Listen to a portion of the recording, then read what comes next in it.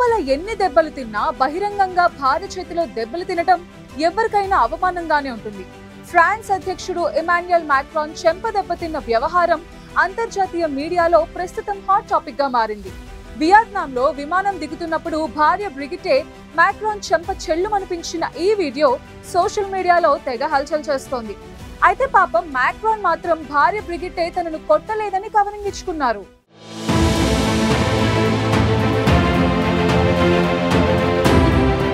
France అధ్యక్షుడు Macron ఆయన సతీమణి బ్రిగిట్టా మరోసారి వార్తల్లోకి ఎక్కారు. వియత్నాం పర్యటనకు వెళ్లిన ఈ దంపతుల మధ్య హనోయ్ విమానాశ్రయంలో జరిగిన ఘటనే అందుకు కారణం.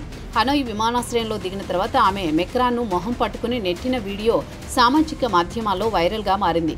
దీంతో వారి మధ్య భేదాభిప్రాయాలు తలెత్తాయంటూ ఫ్రెంచ్ మీడియాలో వార్తలు గుప్పుమన్నాయి. దీనిపై మెక్రాన్ స్పందిస్తూ తమ మధ్య ఎలాంటి గొడవ లేదని, అది తమ మధ్య జరిగిన సరదా సన్నివేశమని చెప్పుకొచ్చారు. దీని చుట్టూ స్టోరీలు అల్లడంపై మండిపడ్డారు.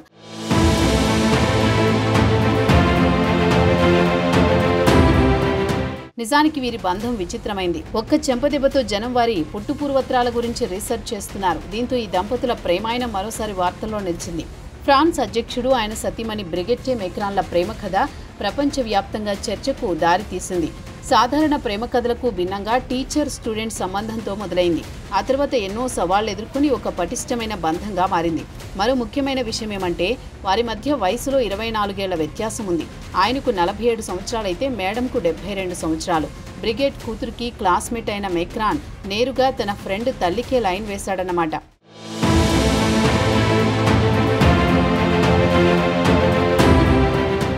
ఈ ప్రేమ కథ గురించి తెలియాలంటే 1990 దశకంలోకి వెళ్లాల్సిందే. ఫ్రాన్స్లోని అమియాన్స్లో ఉన్న లైసీ లా ప్రొవిడెన్స్ హై స్కూల్లో ఈ కథ మొదలైంది. అప్పుడు ఇమాన్యుయల్ మెక్రాన్ 15 ఏళ్ల విద్యార్థి, బ్రిగిట్టాకు 39 ఏళ్లు. అప్పటికే ఆండ్రీ లూయిస్ అనే ఓ బ్యాంకర్తో ఆమెకు వివాహమైంది. వారికి 3 కుమార్తెలు కూడా. అందులో పెద్ద కుమార్తె మెక్రాన్ ఒకటే క్లాసులో చదువుకుంటున్నారు. ఆమె ఆ స్కూల్లో డ్రామా టీచర్. బ్రిగిట్టేకు మెక్రాన్ చాలా ఇష్టమైన విద్యార్థి. వారిద్దరూ కలిసి స్కూల్లో నాటక ప్రదర్శనలు ఇచ్చేవారు. ఈ సమయంలోనే వారిద్దరి మధ్య బలమైన అనుబంధం ఏర్పడింది. మెక్రాన్ మేధస్సు, అభిరుచి బ్రిగిట్టేను ఆకట్టుకోగా ఆమె కరిష్మాకు, ఆలోచనలకు మెక్రాన్ ప్రభావితుడయ్యాడు.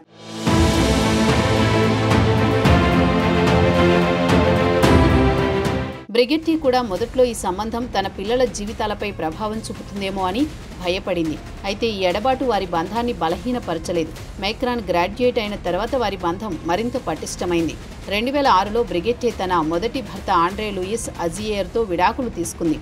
ఆ తర్వాత 2007 అక్టోబర్ 20న 29 ఏళ్ల మెక్రాన్ 54 ఏళ్ల బ్రిగిట్టే లే టూకేట్ అనే బీచ్ రిసార్ట్లో వివాహం చేసుకున్నారు. ఈ పెళ్లికి ఇరు కుటుంబాలు అంగీకరించాయి. ఈ వేడుకకు ఇరు కుటుంబాల సభ్యులు హాజరయ్యారు. పెళ్లైన తర్వాత బ్రిగిట్టే ఉపాధ్యాయ వృత్తిని వదిలిపెట్టి మెక్రాన్ రాజకీయ ప్రయాణానికి మద్దతుగా నిలిచింది. తన భర్తకు ప్రసంగాలకు సలహాలివ్వడం, ఆయన ఎన్నికల ప్రచారంలో కీలక పాత్ర పోషించడం వంటి పనులు చేసింది.